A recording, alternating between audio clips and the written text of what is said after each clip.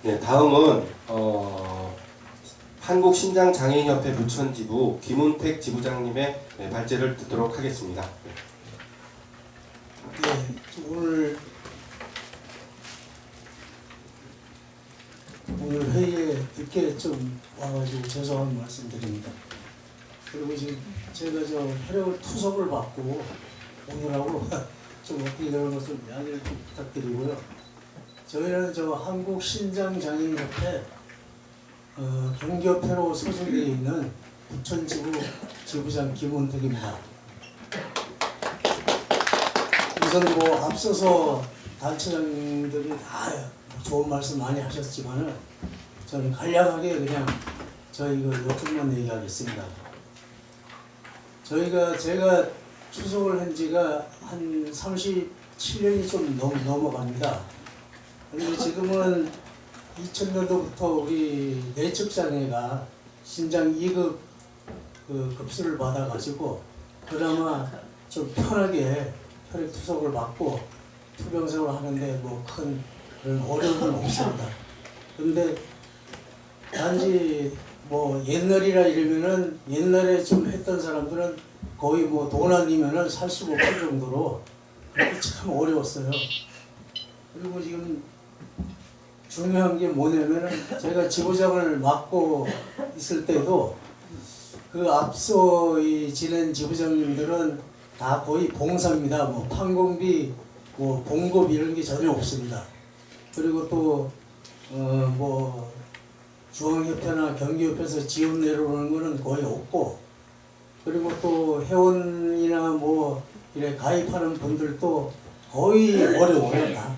혈액 투석 받다 보면은 합병적으로 병원에 입원하기가 또 바쁘고, 거기다가 기초생활 수급자나 차상위 이렇게 하시는 분은 그나마 조금 낫습니다. 그런데 일반으로 의료보험으로 이렇게 투석하시는 분은 보기에는 좀 다른 데 가서 나는 명생인이 아니다 이런 뜻으로 해서 조금 부끄러운 이런 거는 없겠지만은 어려운 거는 매 한 번 똑같아요.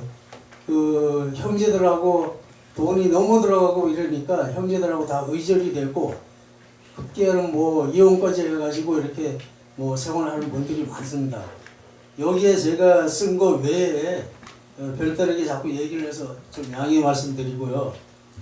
저희는 장총 연합회에 또 소속이 되어 있어요, 부천에.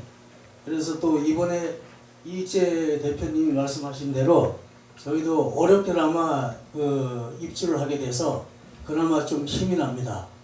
그리고 저희 신장은 현재도 이 회원들도 가입을 해도 돈 5,000원 회비가 없어서 회비가 있어야 우리가 이거 단체를 이끌어 나가는데 거의 사비로 해가지고 씁니다. 보조금은 다른 전국에 다 이 지부가 있고 협회가 있지만은 우리가 좀 보조금은 조금 낮게 받습니다. 그렇지만 보조금은 단지 쓰이는 용도가 있기 때문에 거기에는 손을 전혀 못 대고 후원이나 회비 가지고 운영을 하는데 지금 거의 지부장이 몇 번 바뀌다 보니까 신뢰성도 있고 그리고 모든 게 다 지금 좀 그런 어려운 실정이에요. 제가 맡고 있을 때 지금 한 9개월 됐는데 제일 저희는 시급한 게 뭐냐면은 기초생활 수급자들은 거의 한 달에 생활급여가 한 80만 원을 알고 있습니다. 근데 일은 하고 싶은데 좀 일을 만약에 해서 80만 원을 버나 아니면 기초생활 수급자 생활비를 받거나 이 둘 중에 하나를 택해야 됩니다. 일을 하게 되면은 주거비 생활보호 대상자 받는 80만 원이 없어지고 그리고 또 일을 안 하고 그걸 받느냐 이러는데 지금 제 생각에도 일을 안 하고 받는 게 낫다. 거의 100% 이렇게 나갑니다. 근데 또 일을 할 수 있는 사람들은 좀 일자리를 좀 주민센터나 이런 데서 조사를 해가지고 뭐 이러는 것보다도 조금 자활을 하거나 뭐 이 좀 자기 자신이 딛고 일어설 수 있도록 이렇게 좀 힘을 좀 써주는 게 오늘 제일 시급하고요. 그리고 내년에 우리가 올해 그 혈관 지원 그 비영리 사업을 지금 양식을 해서 지금 서류를 넣은 상태입니다. 내년에 요게 되면은 저희 그 투석 환자가 제일 무서워하는 게 혈관으로 바늘을 찔러서 피를 빼내서 인공 투석기로 걸러내는데 4시간 동안 이 혈관이 너무 자주 막혀요. 이 당뇨가 있거나 고혈압이 있거나 이런 분들은 뭐 거의 뭐 한 달에 한 번씩 막히고 뭐 나는 뭐 올해 투석에도 한 번 지금 막히고 말았는데 부천에 와서 지금 이걸 맞고 이래 한번 보니까 참 제일 시급하더라고요. 각 인천협회나 뭐 이런 협회에서는 이 혈관 지원 사업을 해가지고 10명은 10명 해서 1년에 한 사람씩 혜택을 주고 이러는데 여기는 그동안 그런 게 없어서 조금 아쉬워서 제가 그걸 좀 서류를 넣어서 내년에 그게 채택이 되면은 좀 뭐 적게나마 많은 도움을 보리라 봅니다. 그리고 현재 제일 시급한 문제는 투수 환자는 뭐 혈압이 갑자기 떨어지거나 또 저혈당이나 뭐 이런 육체적 피로와 체력 저하로 참 많이 힘들어합니다. 그러니까 제일 시급한 거는 우선 일자리 좀 창출을 좀 해줬으면 좋겠고요. 그 다음에는 저희가 솔직히 말해서 그 합병 쪽으로 한번 입원하게 되면은 그동안 뭐 조금씩 모아놨던 그 돈들을 거의 뭐 다 소진하다시피 합니다. 그래서 각 단체는 다 색이 있고 하는 일이 있겠지만은 저희는 제일 시급한 게 우선 목숨하고 연관이 있으니까 좀 그 혈관 지원 사업이라든가 또 아니면은 그 차를 갖다가 좀 리스를 해가지고 환자들 좀 수송하는 거나 이런 게 좀 시급한데 차는 그 예산이 부족을 해서 거절이 됐고요. 그 다음에 혈관 지원 사업은 내년에는 꼭 돼가지고 좀 어려운 환자들 꼭 그런 환자들에게 쓰였으면 정말 고맙겠습니다. 그리고 마지막으로 모든 신장 환자와 또 다른 신체 지체 환자분들도 공감하시리라 믿겠지만은 저희가 또 그 차가 없다 보니까 없는 분들은 이동 차량에 대해서 잘 걱정이 많으십니다. 뭐 거의 다리가 불편하고 또 뭐 여러 가지 그냥 이런 합병증으로 해서 그 자기 코를 예약을 하고 이렇게 다니고 이러는데 차량이 너무 턱없이 부족해서 이동 차량에 대해서 좀 부천시나 좀 모든 이런 데서 좀 그걸 갖다가 좀 해결해 주셨으면 정말 고맙겠습니다. 이상입니다. 네. 그 일자리를 좀 가졌으면 좋겠다는 이야기와 함께 그 혈관이 막히는 부분에 있어서 부천시의 지원이 좀 절실하다는 얘기를 해주셨고요. 마지막으로 그 장애인 이동 차량을 조금 더 현실적으로 늘려달라는 이야기 해주셨습니다. 다시 한번 한국신장장애인협회 부천지부 김은택 지부장님께 큰 박수 좀 부탁드리겠습니다. 네, 이제 좀 마지막인데요. 오래 기다리셨는데 마지막으로 발제해 주실 분은 경기도 농아인협회 부천시 지회 홍재승 감사님입니다. 네. 시간 관계상 간단하게 발표해드리겠습니다. 첫 번째 저희가 단체가 활동하고 있는 부분에 대해서 현재의 상황입니다. 사회교육 사업이 있고 노인복지 사업이 있고 수어통역 사업이 있고 상담 사업이 있고 복지 행사 사업이 있습니다. 사회교육 사업은 농아인에게 평생 교육의 의미를 가지며 소외당하기 쉬운 농아인들에게 공동체 의식을 형성할 수 있도록 지원하는 서비스며 노인복지 사업은 정서적, 신체적, 경제적으로 어려움이 있는 농아인들에게 가사 서비스, 영양 서비스를 지원합니다. 여러 가지 이유로 식사를 못하시거나 영양이 부족하신 노인을 위한 무료 점검, 급식 서비스 제공과 농아인 회원의 건강한 노후 생활을 위한 요가 프로그램이나 게이트볼, 종이접기 교실 등을 운영하고 있습니다. 세 번째로 수어통역 사업인데 가정, 교육, 취업, 법률, 금융, 의료, 재활, 행사 등에 관련한 수어통역 및 상담 서비스를 통하여 동아인의 사회적인 의사소통의 불편을 해소하고 상담 서비스를 통해서 용인의 사회적 의사소통의 불편을 해소하며 불이익을 방지하고 단순한 통역 차원이 아닌 동아인의 삶의 질의 향상 및 인간으로서 누려야 할 권리를 찾아주는 기본적인 틀을 마련합니다. 네 번째로 상담 사업이 있습니다. 용아인 스스로 자신의 문제를 해결하고 욕구를 충족할 수 있도록 각종 정보를 제공하고 있으며 복지나 민원 등의 생활 상담 및 개별화된 상담 서비스를 제공하고 있습니다.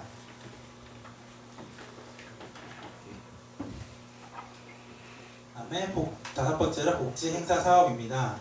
장애인의 날 기념 주간 행사, 복사골 농아인 대축제, 문화체험 및 역사 탐방, 부천시 수호서랑 한마음 축제, 송년회 밤 및 사랑의 쌀 나누기 등의 행사를 저희는 하고 있습니다.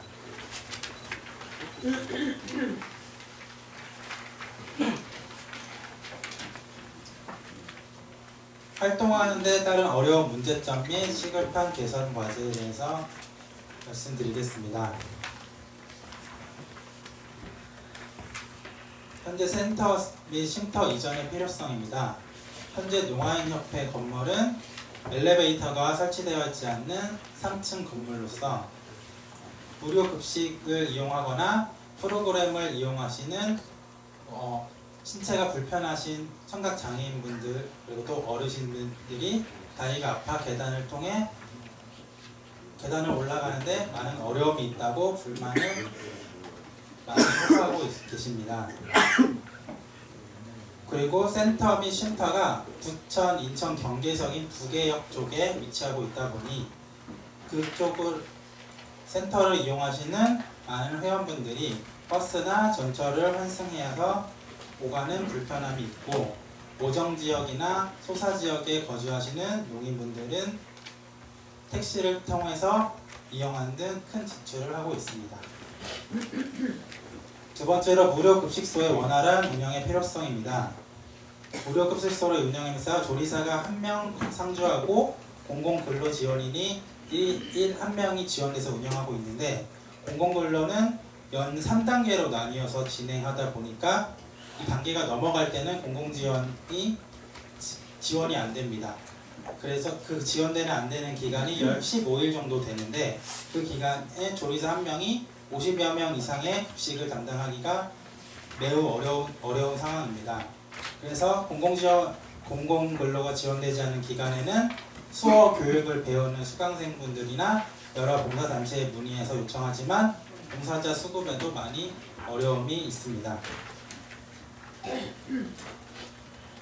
다음으로 인력 증원의 필요성입니다. 현재 저희 부천 지역 등록 청각 언어 장애인이 3,951명으로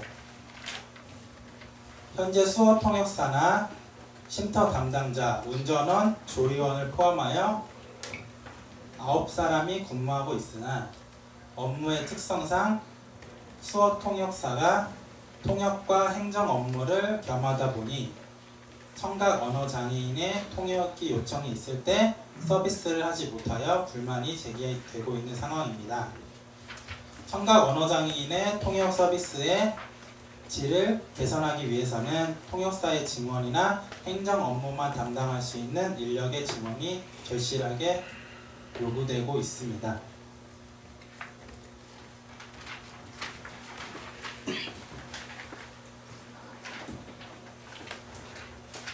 부천시 시의회 관계기관 등에 대한 제안 의견입니다. 첫 번째, 의료기관 전문 수어 통역사의 배치 제한입니다.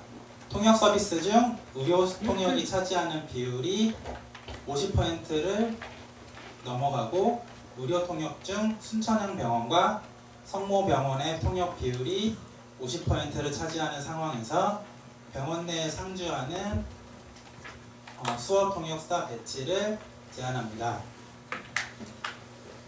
두 번째, 부천 시티투어 및 문화관광시 수어 통역사 배치 제안입니다. 농아인이 부천시의 역사나 문화, 향토 유적 및 관광 자원 등을 알기 쉽게 이해하기 위해서 수어 통역사 배치나 아니면 수어 영상 삽입을 제안합니다.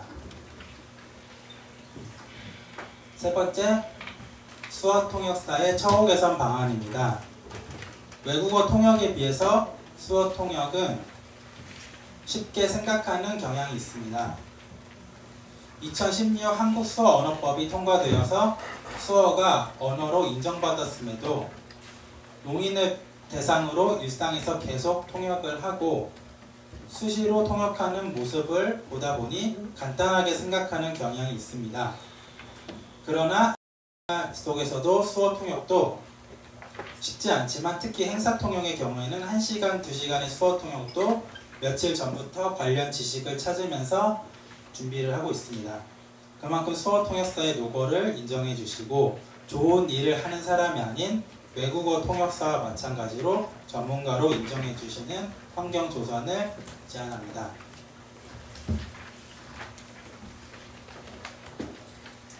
다음에 인력 증원의 제안입니다.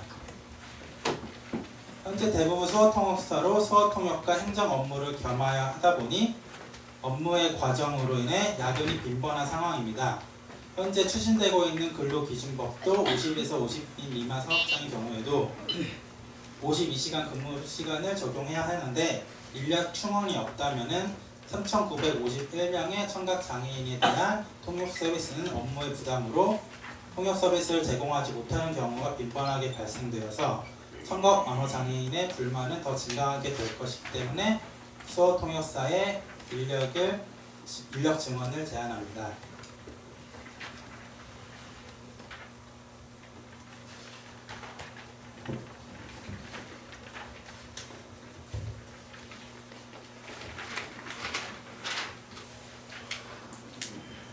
마지막으로 무료급식소의 원활한 운영을 위한 제안입니다. 농아 어르신 무료급식을 월요일부터 금요일까지 원활하게 운영하기 위해서 급식 지원을 보조하는 공공근로가 공백 기간 없이 항시 배치될 수 있도록 제안합니다. 또 농아인 어르신들이 이용하시기 편리한 엘리베이터가 있는 구청 중심의 건물로 이전하기를 제안합니다. 이상으로 발표를 마치겠습니다. 네, 마지막으로 발전해 주셨는데요. 일단 그 엘리베이터가 없어서 그리고 외곽에 있다 보니 센터 및 쉼터를 좀 이전해달라는 얘기를 해주셨고요. 무료급식소의 경우 공공근로 지원이 안 되는 15일 동안 공공근로를 상시 배치할 수 있도록 해달라는 이야기 해주셨고요. 그 다음에 인력 증원과 관련해서는 수화 통역사 증원이라든가 행정 업무만 전담할 수 있는 인력을 증원해달라는 얘기 해주셨습니다. 그리고 의료기관 전문 수어 통역사 배치, 그리고 부천시 T 투어 및 문화관광시 수어 통역사 배치, 그리고 수어 통역사의 처우 개선 등을 제안하셨습니다. 네. 마지막 발제를 해주신 경기도 농아인협회 부천시지회 홍재승 담당기도 큰 박수 드리겠습니다. 네, 긴 시간 발제가 있었는데요. 일단 저희가 한 5분 정도 휴식을 가질 예정입니다. 그래서 지금 35분인데요. 40분까지 다시 2부 지정토론을 시작하도록 하겠습니다. 다시 한번 긴 시간 동안 들어주시고 그리고 발제해주신 모든 분들에서 큰 박수 쳐서 1부를 마치도록 하겠습니다. 그리고 원래 5분이 토론을 해주시기로 했었는데요. 부천시에서는 일단 이야기를 다 듣고 최종적으로 나중에 의견을 주신다고 합니다. 첫 번째 발제 지정토론자를 소개해 드리도록 하겠습니다. 현무 장애인 자립생활센터 김수경 소장님이십니다. 자료집은 22페이지를 참조해 주시면 감사하겠습니다. 네, 아까도 인사드렸고요. 22페이지 부분인데요. 예, 요 내용은 좀 갖고 자료를 참고를 하셔서 읽어봐 주시면은 좋을 것 같습니다. 근데 이제 제가 한무장애인 자립생활센터 소장 김수경이 이런 내용으로 이제 이렇게 내용을 썼어요. 지정 토론하는 걸로. 근데 이제 말씀을 드리자면 사실 이렇거든요. 지금 오늘도 그 발제하신 분들, 발제한 각 단체, 장애 유형에 따라서 각 장애인 단체에서 발제를 해주셨는데 그 내용을 들어보시면 문제가 심각하죠. 너무 필요한 것들이 잘 안 되고 있는 것 같은 것들을 저희가 느낄 수가 있어요. 근데 이제 저 같은 경우에는 제가 이제 개인적인 소견일 수도 있겠습니다만은 왜 저렇게 시급한 것들이 해결이 안 됐을까에 대해서 좀 생각을 해보거든요. 그러면 각기전투했다라는 거죠. 우리는 유형별로 나뉘어져 있어도 장애라는 하나의 목소리가 나와줘야 돼요. 부천시는 제가 가만히 들여다보니까요. 너무 개별화가 돼 있어요. 장애인 스스로도 신체장애인, 지체장애 똑같은 얘기예요. 신체, 지체가 왜 구분이 돼야 되는 겁니까? 신체나 지체에 있는 것은 똑같은 거거든요. 장애가. 그러면 장애 유형을 나눌 때도 정부나 정부나 국가나 그 다음에 법정 용어에서도 그 부분은 정신장애, 뭐 신체장애, 지체장애 이렇게 나눠지지요. 그리고 이제 또 뭐 발달장애, 요즘에 이제 이렇게 했고 또 뭐 언어장애, 또 그 시각장애, 뭐 이런 정도가 되는데 부천시를 가만히 들으면 역사가 되게 오래됐습니다. 장애인 단체가. 그리고 활동도 굉장히 많이 했어요. 근데 활동도 굉장히 많이 했음에도 불구하고 실질적으로 부천시 장애인 복지에 이바지하거나 뭔가 정책을 끌어간 것이 무엇이 있는가에 대해서 좀 고민을 해보아야 될 것 같습니다. 저 IL센터 지금 시작한 지 2, 3년 됐는데요. 장애인 성폭력 토론회 진행하면서 피해자들을 위한 지원 방안을 토론회를 진행하면서 전년도에 저 진짜 자괴감이라든지 절망감을 진짜 어떻게 헤아릴 수 없었어요. 이틀 3일을 제가 잠을 못 자고 혼자 울었다는 거 아닙니까? 왜 그랬을까요? 저는 여성 장애인이라서 장애 성폭력에 대해서 관심이 있는 것이 아닙니다. 장애 성폭력 피해자라 하면 남성, 여성, 아동, 청소년 다 포함되는 것이거든요. 노인까지도. 근데 부천시 관내에 정책을 만드는 사람도 그렇고 이 장애인 성폭력에 대해서 개념을 갖고 계시는 분들이 명확하게 얘기하시는 분들이 아무도 없었어요. 이게 어떻게 이렇게 됐을까에 대해서 저는 진짜 이틀 3일을 울었어야 돼요. 너무 답답했었어요. 토론회 하는 분들도 섭외를 하는 과정에 있어서도 너무 답답했었어요. 장애인 단체에서 이런 토론회 한 적이 있습니까? 없습니다. 왜 이런 것들이 정책적인 토론회가 이루어지지 않았을까요? 그리고 왜 부천시의 장애인 단체들은 다 각기 전투가 했을까요? 장애인 총연합회라고 있는데 제가 이 자리에서 장애인 단체들을 깐다거나 속된 표현으로 너네 뭐 했어? 이런 얘기는 아니에요. 그런 얘기를 하고 싶어도 이 자리에서 할 수 없겠죠. 그러나 한 목소리가 나와야 된다는 것이죠. 지금 제가 내용에 보시면은 장애인 단체에 대한 NGO라든지 NPO에 대해서 제가 강조를 했어요. 이 부분들에 대해서 우리가 좀 자각을 하고 있는가요? 스스로 어떤 이런 부분에 대한 단체에 대한 정체성을 갖고 있나요? 가장 시급한 것이 무엇일까요? 지금 주간보호센터 아까 안담이 신할장님 나오셔서 말씀하셨는데 이 부분 전 정말 필요하다고 생각하거든요. 우리 다 늙으면요. 65세, 63세 되면요. 저희 신체장애, 지체장애, 시각장애, 농아, 그러니까 언어장애 갖고 계시는 분들, 발달장애 다 활동보조인 케어 안 돼요. 노인 요양으로 넘어가요. 그럼 주간보호센터까지 커버할 수 있는 게 연령이 언제 됩니까? 우리 이런 거 고민해 보셨어요? 생애주기 맞춤형 복지, 장애인 복지 어디 있어요? 우리 그런 얘기 해본 적 없잖아요. 부천시 관내의 장애인 단체, NGO, NPO 저희 등록하지 않습니까? 하나 예를 들자면요. 잘 되는 곳. 물론 딱 박혔어요. 쟤네들 데모꾼 이렇게. 근데 그 사람들은 데모를 하면서도 어떤 것들을 주장할까요? 국민기초생활보장법에 부양의무제 있어요. 이거는 누구나한테 적용되는 거잖아요. 그거 부당하다고 얘기하거든요. 그래서 집회하고 그런 거 하거든요. 이것은 장애 유형과도 상관없이 내야 될 목소리라는 거예요. 부천시 관내는 그런 목소리가 안 나온다는 거예요. 장애인 복지 당사자, 장애인 복지, 부천시 관내의 장애인 복지 누구 입에서 나옵니까? 누구를 거쳐서 실행을 합니까? 절실한 사람들은 장애인 당사자예요. 장애인 자립생활센터에서는 당사자를 장애 당사자라고 합니다. 또 같은 장애인을 동료 장애인이라고 해요. 아이센터도 역시 잘못됐어요. 부천시에 있는 현무도 잘못됐습니다. 아이센터 제대로 한 목소리 못 냈어요. 과거 10여 년 전에도 신문을 보면은 알겠지만 이것 때문에 아이센터가 여기서 역할을 못했습니다. 장애인 자립생활센터는 유엔에서 권고한 사항으로 해서 장애인 자립생활센터가 지원을 받고 있어요. 매칭이든 뭐든 인권 옹호 기관이에요. 사회복지 거기에도 기타 시설로 표시가 되어 있는 곳이 아이센터입니다. 그래서 NGO, NPO 활동해야 되고요. 사회복지도 활동해야 되는 곳이에요. 근데 부천 관내에서 아이센터가 뿌리박기 시작을 했을 때 제대로 자리 잡지 못했어요. 목소리를 내줬어야 되거든요. 아우렀어야 되거든요. 그거 잘못됐습니다. 잘못됐는데 이제부터라도 우리가 정말 중요한 것들, 장애인 당사자들을 위한, 장애인 당사자가 필요한 것들을 얘기할 수 있는 통로. 이게 지금 각기 전투로 얘기하잖아요. 그러니까 어떤 형태냐면요. 제가 가만히 들여다보고 얘기를 해보면 부족한 거, 불합리한 것들, 담당 공무원, 주무관, 한테 쏟아져요. 개개인이. 이런 형태가 부천시에서만 지금 만연된 거죠. 목소리를 내줘야 될 곳들에서 목소리가 안 나온다는 겁니다. 보편적인 복지. 이런 거 이제 우리가 목소리 내야 될 거라고 저는 생각을 하거든요. 이런 목소리 내실 장애인 단체에 있으면 현무 같이 하겠습니다. 목숨 걸고. 필요한 것들이잖아요.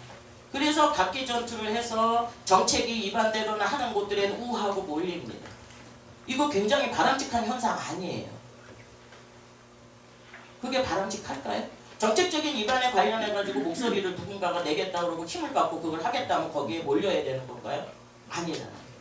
우리는 우리 입장에서 장애를 가진 당사자나 동료 장애인 입장에서 우리는 정말 필요한 것들, 불필요한 것들을 잘 알고 있죠. 여기서 우리는 이런 것들을 주장하거나 논리를 펼쳐서 설득력을 갖고 접근할 때 밥 한 그릇, 국 한 그릇에 내 양심을 남기면 안 돼요. 그건 공공성이 결여된 것이죠. 공공성을 갖다 패대기 친 거잖아요.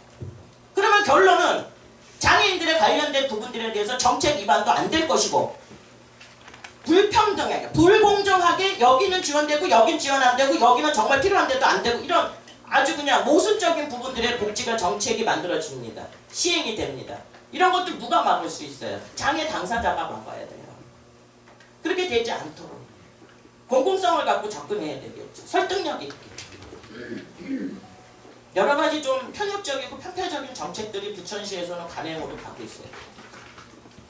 너무 오래됐다고 저는 생각합니다. 이번에 이 토론회를 준비하면서도 우리 노기덕 사무총장님이 진짜 계속 저희가 이 많은 그 저들이 좀 있어서 연말까지 끝내야 되는데 진짜 힘들었어요. 네. 부천의 시민사회단체에서도 장애인에 대해서 모른대요. 이게 말이나 되는 얘기입니까? 부천의 장애인이 37,000여 명이에요. 그러면 시민사회단체가 장애인 단체를 외면했다는 건가요? 아니면 장애인 단체들이 시민사회단체들을 외면했다는 건가요? 어디에 문제가 있는 겁니까? 우리는 설득력을 갖고 접근해야 되거든요. 네. 100명의 장애인들 중에 한 사람만 잘못하면 나머지 99명이 욕을 먹습니다. 이것이 사회 구조고 사회 풍토가 되어버렸어요. 우리는 그렇지 않다라고 얘기를 해도 그렇게 돼버리거든요. 자, 이런 경우죠. 지금 서울 같은 경우, 얘기 길어서 죄송합니다, 정관님. 서울 같은 경우에는 지금 그 중증 장애인 분들이 해가지고 집회를 하고 있어요. 근데 이제 그분들이 집회하는 이유가 뭐냐면 버스 있잖아요. 버스 저상버스에 대해서 얘기하고 있거든요. 저상버스에 얘기하고 있고 그 다음에 일반 고속버스에 대해서도 중증 장애인이 그 버스를 탈 수 있도록 그걸 개선해달라고 요구를 하고 있는데 한 부분에서 어떤 문제가 생겼냐면 우리가 이제 장콜 같은 거를 타잖아요. 장콜, 복지 택시 타는데 거기에 보면 지침에 이런 게 나와 있습니다. 뭐가 나와 있느냐. 장애인이 이용자가 술을 먹고 있을 때는 못하게 한다. 몇 개월 정지다. 이렇게 나와 있어요. 근데 서울에서는 정말 타당성 있는 얘기를 했어요. 서울의 비장애인들이 일반 버스를 이용하거나 했을 때 그들이 술을 먹고 난리를 쳐도 그 사람들이 그 버스 못 타게 너네들 강제하느냐? 안 하거든요. 이게 차별이란 말이에요. 장애인으로서. 그럼 우리 그거에 대해서 목소리 내야 되는 거잖아요. 지금 현재 또 하나. 장애인 인식 개선 교육이라고 해가지고요. 7월달부터 이거 법적으로 강제됩니다. 교육 받아야 됩니다. 장애인 단체 관련되시는 분들 법정 의무 교육이라고 해서 그거 되든 안 되든 뭐 필요가 있든 없든 좀 받아보면 좋을 것 같아요. 근데 장애인 인식 개선 교육이라고 해서 법정 의무 교육이라고 해가지고 강제되고 있는데요. 지금 거기 중에서 있잖아요. 비장애인이라고 저희들이 표현을 했고 옛날에는 장애우여서 이건 너무 비하적이라서 장애인을 다시 바꿨는데 비장애인이라고 저희가 표현했더니 정상인이라고 표현을 하더라고요. 교육 내용 중에. 이거 이제 전국적으로 또 불같이 일어나야 될 부분들인 것 같아요. 이때 사실 저는 고민이에요. 자, 이걸 갖고 어떻게 접근을 할 건가? 방법적인 문제입니다. 그냥 가서 때려 부시고 데모할까? 아니, 물론 서울에 있는 사람들, 장애인분들이 장애인 인권이나 권리에 대해서 얘기할 때 물론 무조건 때려 부시는 건 아니지만요. 그럼 이걸 어떻게 바꿔달라고 얘기를 할까? 법에 이렇게 명시가 돼 있나? 이런 고민들이 있잖아요. 그럼 한 사람 머리보다 두 사람 낫고 두 사람보다 세 사람 낫고 전체가 낫잖아요. 우리는 어차피 손가락에 하나 없던 저같이 소아마비로 하지가 두 개 다 운동신경이 다 죽어서 걸을 수 없는 사람들은 장애를 갖고 있어요. 그러면 공통 관심사라서 저희들이 손 하나 없는 분들이 저희처럼 휠체어 타는 사람들 많이 도와주실 수 있잖아요. 자원봉사 형태라도 목소리 내주실 수 있잖아요. 못하면 같이 함께 갈 수도 있잖아요. 저는 이런 모습들이 나와야 된다고 합니다. 보편적으로 사회적으로 설득력 있게. 근데 이런 부분들을 부천시 관명의 장애인 단체나 저를 비롯해서 아예센터 아예센터는 분명히 다르다고 말씀드렸죠. 유엔에서 권고한 센터이기 때문에 다른 장애인 단체하고는 달라요. 여기서 그더 설득력 있게 우리가 함께 할 수 있는 일들이 있지 않을까 싶습니다. 내용 길어서 죄송하고요. 그래서 단체들에 대해서 좀 제가 나열을 해봤어요. 가장 중요한 것은 솔직하게 각성하는 것. 그 다음에 설득력 있게 그 모습을 보여주는 것. 진솔하게, 진실되게. 그러면 하늘도 감동하리라 저는 생각합니다. 함께 가실 수 있었으면 좋겠습니다. 이상 마치겠습니다. 네, 길 거라고 예상을 했는데요. 생각보다 좀 짧았던 것 같아요. 그래서 그동안 부천시 장애인의 어떤 시급한 문제가 해결되지 않는 이유에 대해서 아마 각자 그동안 목소리를 내서 함께하지 못해서라는 이유를 말씀해 주셨고요. 그리고 장애인단체 역사는 오래되었지만 제대로 된 장애인 복지 정책이 아직까지 없는 것에 대해서 이야기를 해주셨습니다. 그리고 이러한 정책 토론회가 없는 것에 대해서 이야기를 해주셨고 한 목소리가 나와야 하고 장애인 당사자가 나서야 한다. 이런 이야기를 덧붙이셨습니다. 그리고 마지막으로는 각자 단체들이 불평불만만 이야기하지 말고 함께 모여서 장애인 복지를 포함해서 보편적 복지까지 이야기하는 이런 정책 토론회가 지속되었으면 좋겠다. 이런 얘기를 해주신 걸로 제가 정리를 해도 되겠습니까? 네. 그러면 지금까지 첫 번째 발제를 해주신 현무장애인 자립생활센터 김수경 부장님께도 큰 박수 부탁드립니다. 네, 두 번째 발제는 상동종합사회복지관 정성기 과장님께서 해주시겠습니다. 예, 안녕하십니까. 저 상동복지관의 정성기입니다. 옆에 계시는 김수경 센터장님하고는 저하고 한 25년 전인가 그렇게 됐었고요. 제가 부천장애인복지관에 근무할 때 촌이나 한라에 이렇게 장애인분들이 많이 이렇게 입주할 시기에 제가 이삿짐도 나르면서 이분들하고 인연이 됐습니다. 그래서 정말 반갑기도 하고 또 이분은 나이가 안 드시는 것 같아요. 목소리도 쩡쩡하고 하니까 한성질 하시잖아요. 그래서 저하고도 많이 다툼도 하고 그랬는데 지금 의젓하게 이제 부천시에서 자립센터라는 센터를 만들어서 자립매입을 하고 계시는 거 보면 너무 반갑고요. 또 아까 황철수 소장님도 너무 반갑고 여기 계시는 분들이 제가 이제 20여 년 전에 제가 복지할 때마다 뵀던 분이라서 너무 반갑습니다. 저희 부천시에는 그 장애인 복지 정진을 위한 조례가 있습니다. 그 12조에 보면은 장애인 복지 위원회가 구성이 되어 있고 제가 또 그 경험으로 인해 가지고 최근에 작년인가 그 장애인 복지 부위원장을 좀 맡게 됐습니다. 네. 실질적으로 오늘 주제 자체가 어떻게 보면은 장애인 복지 현실 개선 방안은 이 전체 이제 이 복지위원회에서 좀 다뤄야 될 내용이 아닌가. 근데 이제 아일센터에서 이렇게 치고 나오셔가지고 너무 죄송스럽고 또 시 정책에도 뭐 여러 가지 전반적으로 단체들이 많이 반영이 되리라고 생각합니다. 그래서 제가 이 그 토론을 제의를 받고 많은 고민을 했습니다. 실질적으로 이제 부천에 많은 단체들이 계시는데 단체들은 엄격히 말하면은 장애 유형별로 또 그들을 위한 근익 공호 단체입니다. 그러다 보니까 단체 입장들이 상호 다 다를 수가 있고 그런데 이제 이 단체가 힘을 발휘하려면은 개별 단체의 목소리보다는 전체의 큰 틀에서 움직일 수 있는 제안이 좀 필요하지 않을까 그런 생각이 좀 고민됐었고요. 저도 이제 그 장애인 복지 우리가 줄여가지고 장판이라 그럽니다. 저도 한 20여 년 직업재활도 경험했고 복지관도 경험했고 거주시설도 경험을 했습니다. 근데 이 다양한 시설이나 뭐 센터들을 경험을 해보니까 우리 이제 장애인 당사자들이 주장하는 내용하고 또 시설이나 단체에서 주장하는 내용이 조금씩 다를 수가 있다는 생각이 듭니다. 실질적으로 저 같은 경우도 이제 비장애인으로서 장애인을 충분히 이해한다 그러지만 실질적으로 장애인 당사자들을 많이 이해 못하는 부분도 없지 않나 싶습니다. 그래서 오늘 제가 밝히는 의견은 지극히 제 사견이라는 생각이 들고 혹시 단체에 조금 오해가 계시더라도 널리 양해를 구하기 바랍니다. 그리고 원고 받을 때는 몇 단체만 이렇게 들어와서 그 짧은 기간에 이제 원고를 소화해야 되다 보니까 몇몇 단체 이야기들 그 중에 제가 공감대가 가는 부분들만 제가 좀 몇 가지 말씀을 드리고자 합니다. 그 먼저 이제 농아인협회에서 제안하신 의료기관 전문 수원 통역사 배치 제안은 상당히 설득력 있는 제안인 것 같습니다. 근데 실질적으로 현실적으로 보면 모든 전체 의료기관에 이제 배치시키기는 힘들고 이 배치의 기준이 그 병원에서 직접 채용을 할 것이냐 아니면 시에서 파견을 해서 보내줄 것이냐 아니면 뭐 농아인 단체에서 파견 형식으로 또 제안을 할 것이냐 이런 방법론적인 측면은 좀 남아있지 않을까 싶습니다. 하지만 현실적으로는 지금 병원을 그 농아인들이 이제 병원을 가서 이렇게 진료를 받기에는 상당히 애로사항이 있다고 생각이 들고요. 그 다음에 신장협회 제안 중에 뭐 이동권 보장에 대한 부분은 이 부천시 장애인 이동권 정책과 연동해가지고 같이 갔으면 좋겠다는 생각이 듭니다.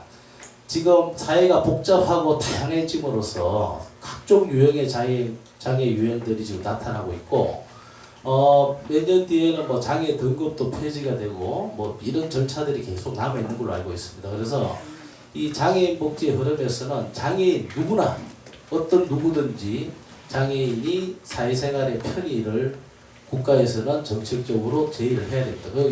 그런 정책적인 제안에서 부천시가 지금 뭐 장콜이든 뭐 이동 접근거리든 기타 뭐 장애인 버스든 기타 다양한 수단을 통해 가지고 이들의 이동권 문제를 좀 해결해 줬으면 좋겠다는 생각이 들고요.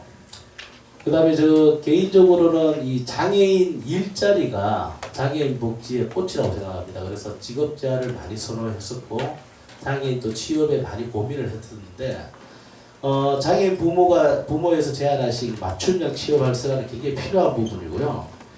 그런데 이제 이 취업센터라든지 별도로 독립시설을 했을 때는 이 장애인 관련된 취업의 정보망이 한계점이 노출될 수가 있어요. 그래서 장애인 공단이나 그 다음에 부천시 일자리 정책 중에 이제 사회적인 소외계층에 대한 일자리 부분들, 최근에 이제 사회적 경제지원센터, 뭐 이런 또 경기도 일자리 지원 정책이라든지 이런 것들이 맞물려 가면서 현 문재인 정부도 일자리에 대한 고민들을 굉장히 많이 알고 있습니다. 근데 장애인 분들을 적시적소에 맞춤형 취업시킬 수 있는 부분들이 뭘까?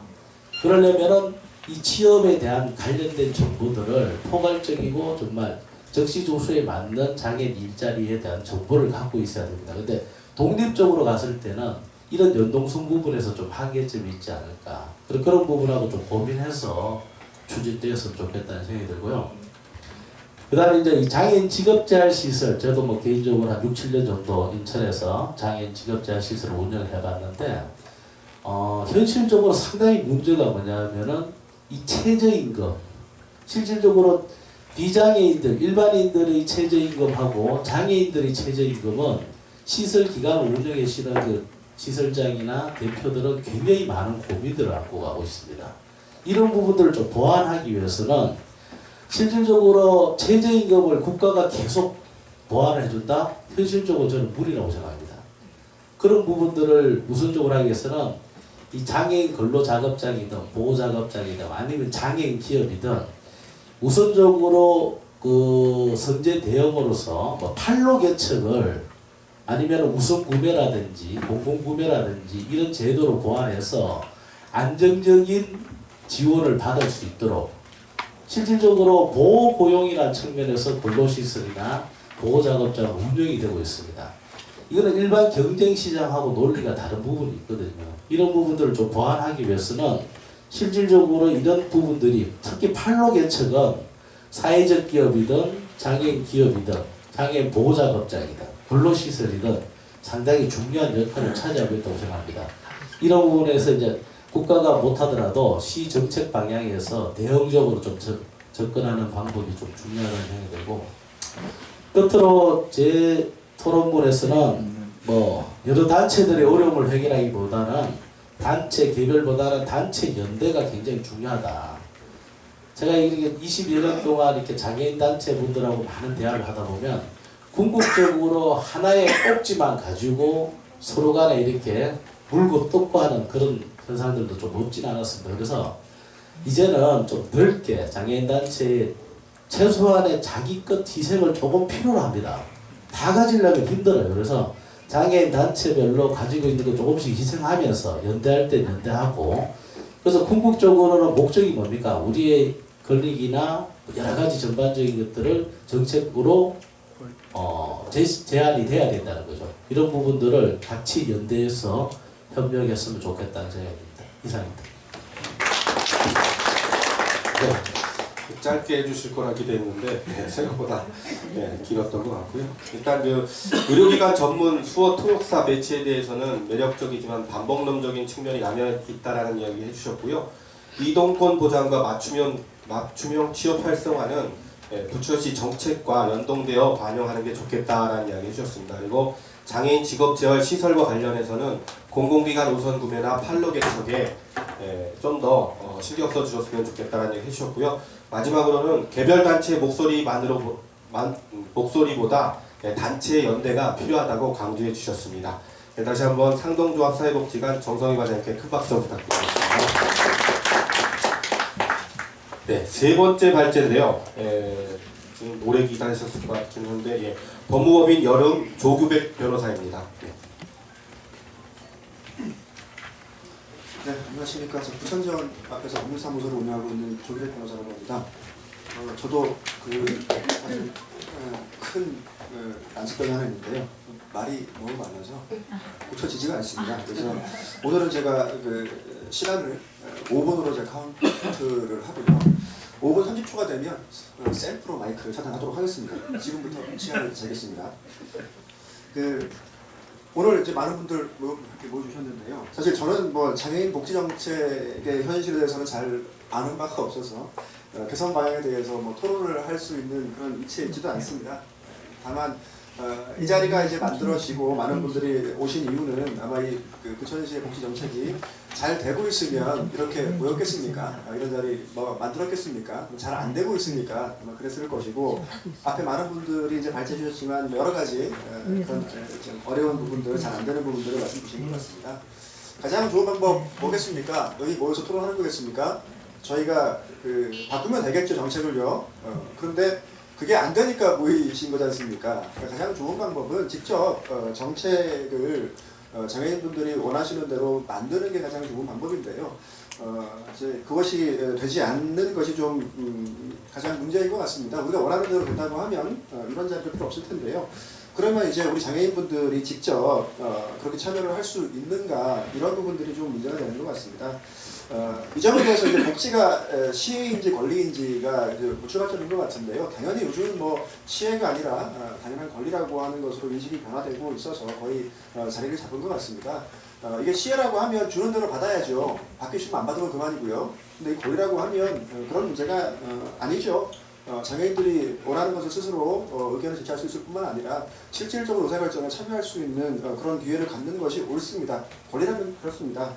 그런데 지금 현재 우리나라에서 이 뭐 법률의 구조상 이 장애인들에게 복지 정책 그 수립에 참여할 수 있는 권리가 인정되고 있는가라는 뭐 문제인데요. 우리 그 장애인 복지법이 가장 큰 뭐 상위의 법에 있습니다. 이 법에 보면 장애인 정책 결정과 실시에 있어서 장애인의 의견을 수렴해야 된다고 명시를 하고 있죠. 그래서 이 의견 수렴권과 의견 수렴 참여권을 보장하고 있습니다. 이제 그런데 이 그러니까 의견을 낼 수 있다라는 것은 그 정책 수립에 있어서 주체적인 지위에 있는 것이 아니죠. 정책을 수립하고 의견을 하는 자에게 의견을 내는 것이니까 주체가 아닙니다. 여전히 그것은 주체에게 어떤 의견을 낼 수 있는 그런 어떤 보완적인 그런 입장에 있는 것이고 결정권자는 참고하면 되는 것이죠. 그걸 따라야 되는 의무가 있는 것도 아니고요. 그런 부분들에 좀 한계가 있는 것 같습니다. 그렇다면 이 장애인 복지 정책에 있어서 이 장애인들이 과연 주체가 될 수 있는가를 좀 살펴볼 필요가 있는데요. 정책 기반과 결정은 뭐 기본적으로 담당 공무원이 하는 거죠. 그러니까 당연히 장애인이 직접 할 수는 없는 것이 아닐까라고 생각할 수 있습니다. 그나마 그 공무원들이 우리 의견 들어주면 감사하죠. 옛날에는 뭐 듣지 않는 경우도 있었는데 들어주는 게 감사한데 요즘은 좀 많이 들어주는 것 같습니다. 들어주면 뭐합니까? 반영 안 하면 소용없는 거지 않습니까? 이 부분에 좀 문제가 있는 것 같습니다. 아마 아직 2단계에서 좀 부족한 부분들이 있어서 좀 한계가 있는 것 같은데요.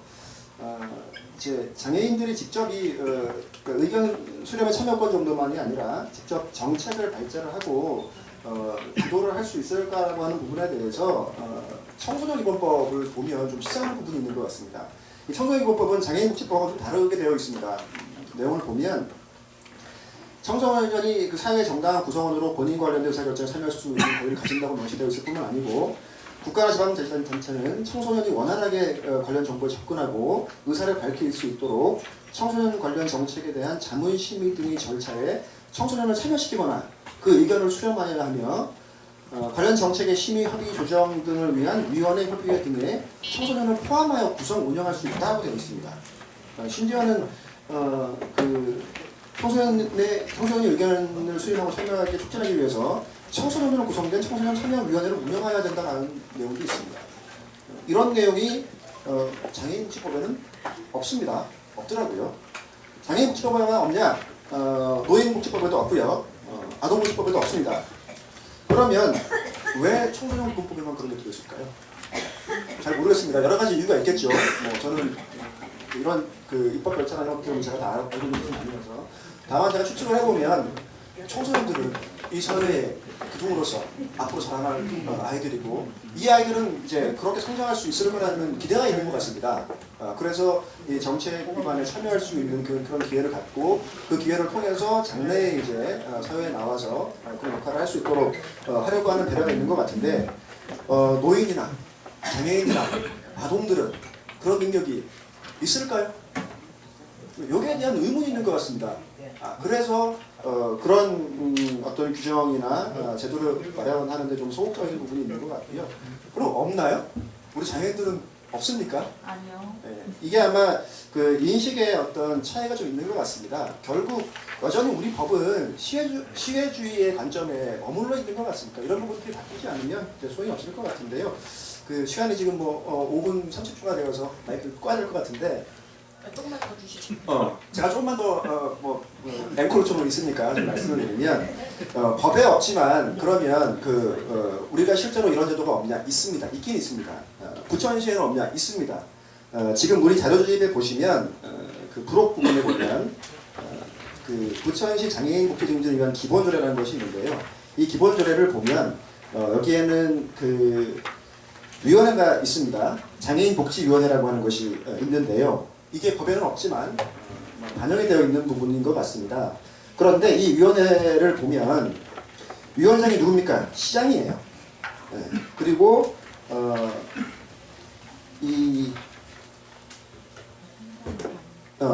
그 16조에 보면요. 17조입니다. 17조에 보면 32페이지입니다. 보시면 위원회 회의는 위원장이 필요하다고 인정하는 경우나 재적의원 3분의 1 이상이 소집 요구가 있으면 위원장이 투입한다고 되어 있습니다. 시장이 소집하지 않으면 소집되지 않습니다. 그리고 그 2항에 보면 회의 개최 7일 전까지 장소와 안건을 통지를 해가지고 하게 되어 있는데요. 잘 지켜지는지 잘 모르겠어요. 저는 의원이 아니어서. 그런데 자, 이 장애인 정책을 7일 전에 알려주고 시장에 소집할 때 가서 회의하면 정말로 장애인들이 원하는 그런 내용들이 정치 기반에 반영될 수 있습니까? 잘 검토를 할 수 있습니까? 이거는 그냥 형식이죠. 의견을 수렴하는 절차를 넘어서서 장애인들의 어떤 참여를 할 수 있는 것처럼 되어 있습니다. 물론 이것을 실제로 잘 운영한다고 하면 여러 가지 한계 극복할 수 있는 부분이 있지만 제가 보기에는 규정 자체가 애초에 그렇게 잘 시행하려고 하는 의사가 잘 없는 것 같습니다. 이런 부분들은 좀 한계가 있고 여전히 시장이 주도하는 그런 위원회에서 이 장애인들은 단지 수동적으로 참여하는 형태가 아닌가라고 하는 의문이 있고요. 이런 의문을 왜 가지게 되냐면요. 그 앞에 보면 애초에 과연 그러한 전제가 이 조례를 만들 때 전제가 되어 있는가라고 하는 부분에서 좀 의문이 있는데요. 5조에 보면 장애인의 권리라고 되어 있습니다. 뭐라고 되어 있냐면 인권 침해 당하지 아니하고 침해를 받으면 권리 구제를 요청할 수 있대요. 당해야 비로소 우리 장애인은 권리가 생깁니다. 당하기 전에는 권리가 없어요. 2항에는 뭐라고 되어 있냐면 장애인을 비롯한 부천 시민은 장애인 권리 증진 등에 관한 시의 계획과 정책에 대해서 알 권리를 가진대요. 당하면 구제받고 부천시가 뭘 할지 그냥 알면 되는 거예요. 여기에 장애인이 참여할 수 있는 기회라고 하는 것은 애초에 전제되어 있지 않은 걸로 보입니다. 물론 제가 과도하게 확대 해석하는 면이 있을 수 있겠습니다만은 문헌적인 내용을 보면 그렇다는 겁니다. 부천시가 실제로 그렇게 하고 있다는 것은 아니고요. 문헌적인 부분 자체가 애초에 그런 부분에 대한 인식이 조금 부족한 것이 아닌가라는 사실 의문이 좀 드는 부분이 있고요. 그 부분은 그 다음에 나와 있는 부천시 장애인 차별금지 및 인권 보장에 관한 조례 역시도 마찬가지입니다. 제가 지금 제기하고 있는 이 문제 시선과 같은 시선으로 이 조례를 바라보면 같은 문제가 여전히 남아있는 것 같습니다. 그러면 이제 이것을 어떻게 해결해야 되는 건가가 이렇게 중요한 건데요. 직접 장애인들이 참여하면 좋겠죠. 그런데 이제 쉽지 않을 겁니다. 그게 바로 쉽지 않은데 여기에 관해서 제가 조금 주목하고 있는 부분이 하나 있는데요. 이 위원회가 좀 제가 보기에는 좀 부족합니다. 그런데 이런 위원회가 부천에 장애인 인권위원회가 있는 것이 아니고요. 여러 가지 위원회들이 많이 있는데 대개 다 그렇게 운영이 되고 있습니다. 위원회보다 더 좋은 방법이 뭐가 있을까라고 생각을 해보면 아동복지법에 참고할 만한 부분이 있습니다. 여기에 아동위원이라고 하는 제도가 있어요. 이 아동위원은 시군구에 두게 되어 있고 이 아동위원은 아동복지에 필요한 원조와 지도를 행하면서 전담 공무원 및 관계 행정을 협력해야 한다고 되어 있습니다. 아동위원은 아동일 수는 없겠죠, 그죠? 장애인위원은요. 장애인이 아닐 수도 있지만 장애인이 장애인위원을 할 수도 있습니다. 그런데 이건 위원회하고는 다르죠. 이 위원은 상시적으로 활동을 합니다. 즉 무슨 말이냐면 시장님이 열어주시는 그 위원회 회의 7일 전에 자료 받아가지고 검토해서 그날 회의에 가가지고 한번 하는 것이 아니라 이 위원은 본인이 각자 위원이니까 활동하는 것이고 담당 공무원과 협력하게 되어 있어요. 그러면 애초에 우리 공무원이 이 위원회에 상정하기 위한 자료를 입안할 때서부터 이 위원이 적극적으로 이제 참여를 하고 관여를 하고 의사를 교류할 수 있다고 하면 위원회보다는 훨씬 나을 수 있지 않을까. 물론 이것도 실제로 운영이 그렇게 안 되면 소용없겠죠. 장애인 위원을 두고 그 장애인 위원이 그렇게 상시적으로 담당 공무원과 협력할 수 있는 체계가 갖춰진다고 하면 위원회를 통해서 하는 것보다는 훨씬 나아질 수 있지 않을까라는 생각이 듭니다.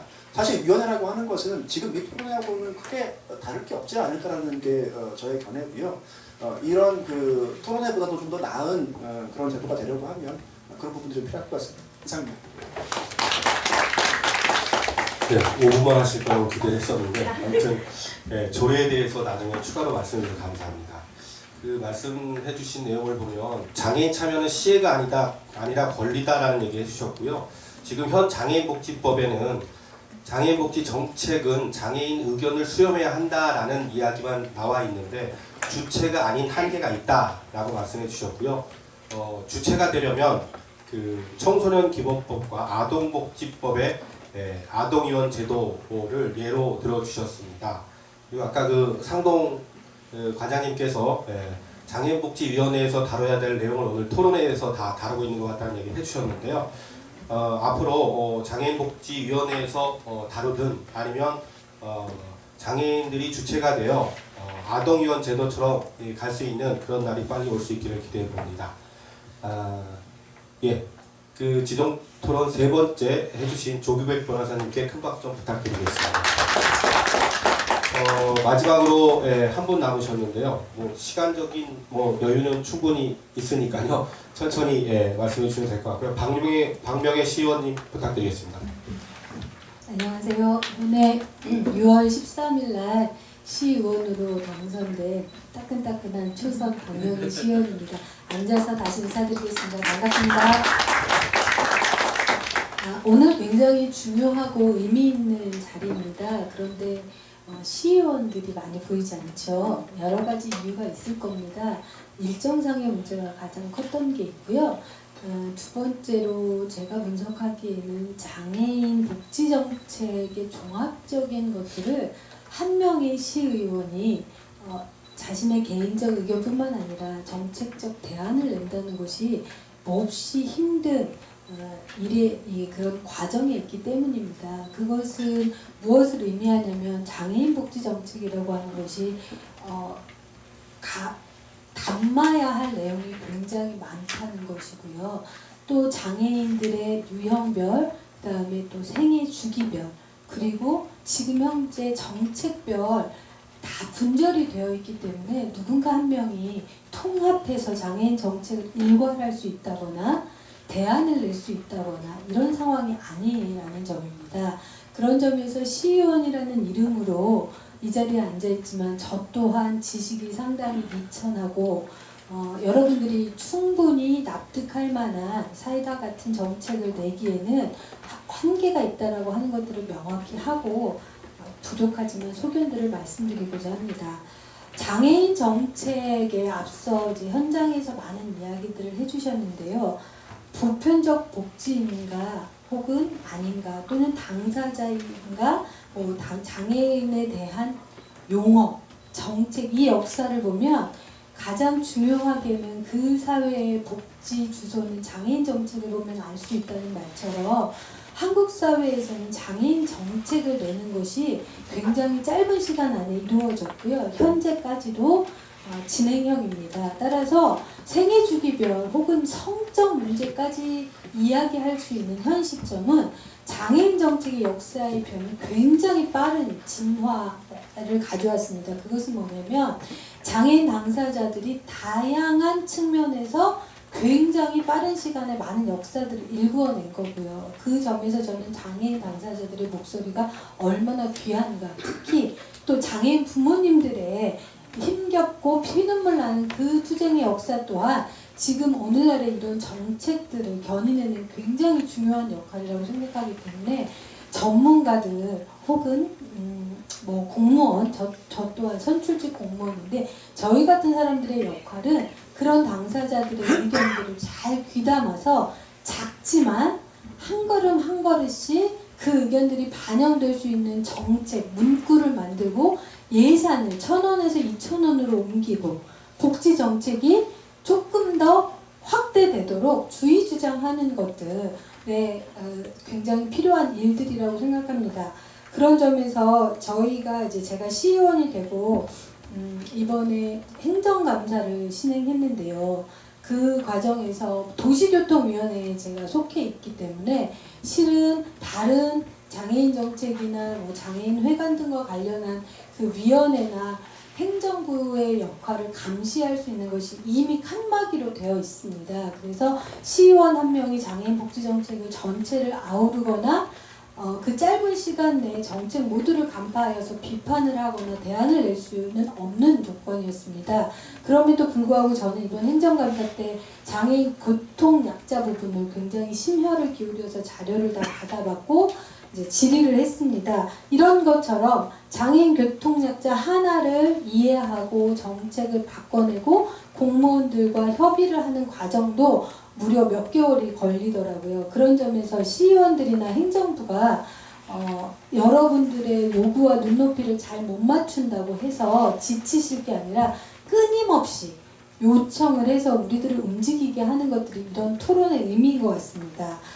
그 부천시 장애인복지 3개년 종합계획이 2016년에 실시되어서 18년까지 진행이 되었습니다. 그리고 현재 5개년 계획 용역을 진행했습니다.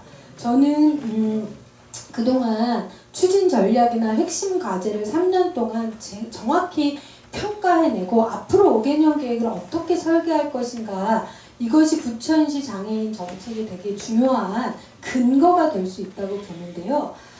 지금 3개년 계획에서 6대 추진 전략과 15분이 벌써 끝났네요. 저도 조금만 더 써도 될까요?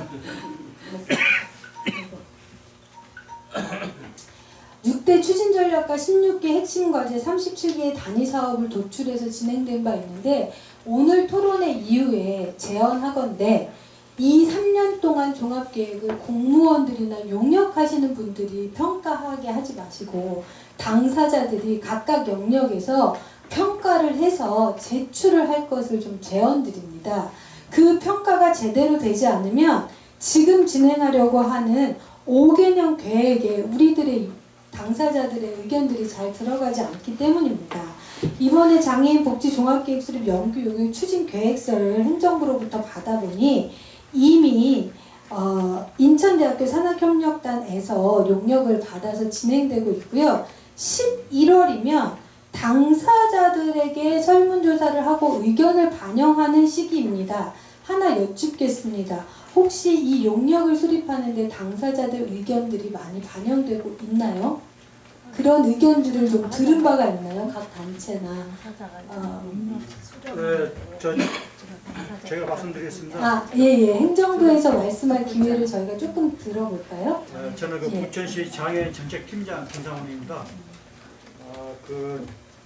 아까 의원님께서 말씀드렸다시피 장애인 복지 종합계획 수립 연구 영역을 위한 수립을 위한 그 영역을 추진하고 있는데요. 현재 지난 8월 6일 날 우리 장애인 각계각층 한 50여 명 초청을 해서 착수 보고회를 가졌고요. 최근에 교수님이 오셔가지고 한 5일에 걸쳐서 이 당사자들을 이렇게 면접하고 했습니다. 그 숫자는 그리 많지는 않습니다만 한 70, 80여 명 그렇게 됩니다. 예, 말씀 감사합니다. 저희가 행정부를 비난하거나 문제 제기를 하기 위한 게 아니고요. 용역 과제를 보니 일정상으로 보면 당사자들의 의견을 수렴하는 기간이 11월에는 되어 있고 500명 정도에게는 설문을 받겠다 이렇게 되어 있더라고요. 그런 점에서 지금과 같은 토론에서 나온 내용들이 그곳에 충분히 반영되길 희망한다는 이야기입니다. 그래야 우리가 말하는 것이 정책에 담아지지 않아라고 하는 불만 소리를 뒤늦게 할 것이 아니라 앞으로 이제 정책 용역이 진행되고 내년 2월이 최종 발표입니다. 따라서 그 용역에 적극적으로 여러 의견들도 개진하시고 오늘 집행부에도 나오셨기 때문에 이런 의견들을 충분히 반영하기를 기대하고, 저 또한 의원으로 용역 결과가 나오면 현장의 의견과 또 행정부의 집행력이 같이 시너지 효과를 볼 수 있는 용역인지 다시 검토하는 일들을 하겠습니다. 두 번째로 부천시 장애인 정책을 3년간 진행한 내용들을 쭉 받아보았는데요.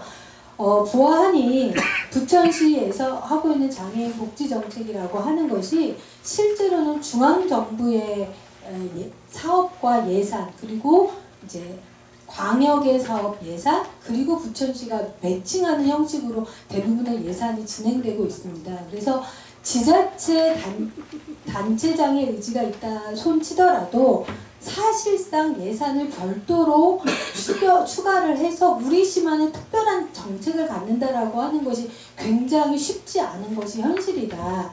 더구나 중앙정부의 정책과 예산들을 가지고 와서 부천시에서 매칭을 한다 하더라도 그나마 우리 현장의 욕구들이 충족되지 않는, 예산이 부족해서 하지 못하는 것들이 굉장히 많더라. 그래서 그런 것들 중에 보니까 발달 재활 서비스나 언어 발달 지원, 발달 장애인 부모 상담 지원, 장애아 가족 양육 지원 등은 예산도 있고 정책도 있는 것임에도 불구하고 신청자 대비 예산이 부족하여서 50%도 진행 못된 것들이 굉장히 많아서 행정부도 이런 부분에 대해서는 예산을 추후 반영해야 한다거나 현장의 욕구가 많다거나 이렇게 보고서로 정리해 놓은 것들이 있었습니다. 따라서 저희 이제 시의원들은 이런 부분에 있어서 현장의 욕구가 있고 정책이 있음에도 불구하고 예산이 부족한 부분들은 점차적으로 어떻게 늘려서 있는 정책도 잘 반영하게 할 것인가 이런 것들을 연구하고 제안하는 것들의 역할들을 좀 해야 할 것 같고요.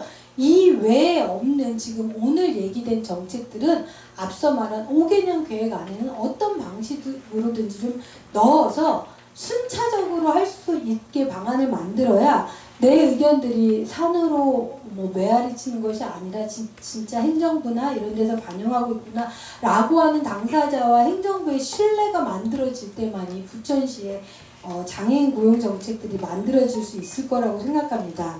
마지막으로 제가 이번에 행정감사를 하면서 교통약자 그 문제들을 제기하면서 집행부로부터 무슨 이야기를 들었냐면 의원님 감사합니다. 한 번도 교통약자 문제 관련해서 혹은 장애인 정책 관련해서 이렇게 심도 있게 고민하고 함께 호흡해 주신 의원이 없었는데 너무 감사합니다 라는 말씀을 들었습니다. 그건 뭐냐면 행정부도 누군가 힘을 실어주고 현장의 목소리를 누군가 계속 이렇게 내주면 힘을 받고 열심히 할 수 있고 정확히 잘 해내고 싶다라고 하는 의지를 보여주신 겁니다. 그런 점에서 지난 한 해에 교통약자 이슈 하나만 가지고도 현장과 행정이 굉장히 많은 대화들을 나눈 이제 TF 보고서를 다 읽으면서 느꼈는데 오늘 한 이야기들은 굉장히 종합선물센터 같은 백화점 같은 얘기인데 하나하나의 이슈만 가지고도 당사자와 그것을 가능하게 하기 위한 행정부 혹은 시의원들이 굉장히 많이 연구해야 할 것으로 생각이 됩니다. 따라서 이 이후에는 그 5개년 계획을 수립하는 과정에서 여러분들의 의견도 나와야 하고 행정부의 현실적인 대안도 나와야 되고 또한 저희 시의원 같은 사람들도 이 칸막이 행정을 좀 초월해서 장애인 정책에 대해 고민하고 연구하는 이런 사람들이 좀 있어서 3박자가 4년간 호흡을 잘하면 다음의 토론회는 우리가 만든 5개년 계획 얼마나 우리의 목소리가 담겼나 이 토론도 하고 그 다음에는 매년마다 점검도 하고 칭찬도 하고 부족한 걸 채워주는 이렇게 좀 실질적인 내용을 가지고 할 수 있는 토론회 정책 제언들 이런 것들이 진행되길 바라고 그 길에 늘 여러분과 함께 하겠습니다. 이상입니다. 네, 그 시의원 한 명이 그 칸막이 정책의 한계로 장애인 복지의 종합적인 의견을 통합해서 내기 어려운데도 불구하고 참석해 주셔서 감사드립니다. 말씀해 주신 거는 뭐 여러 이야기가 있는데요. 일단은 지금 그 5개년 계획에 토론회 내용이 반영되었으면 좋겠고 당사자의 의견이 지속적으로 좀 이렇게 반영될 수 있는 구조가 좀 필요하다는 얘기를 해주셨고요. 그리고 그 예산 부분에 있어서도 힘든 부분들이 많은데 그런 부분에 있어서도 계속해서 현장의 욕구가 반영될 수 있도록 노력해 주시겠다라고 말씀해 주셨습니다.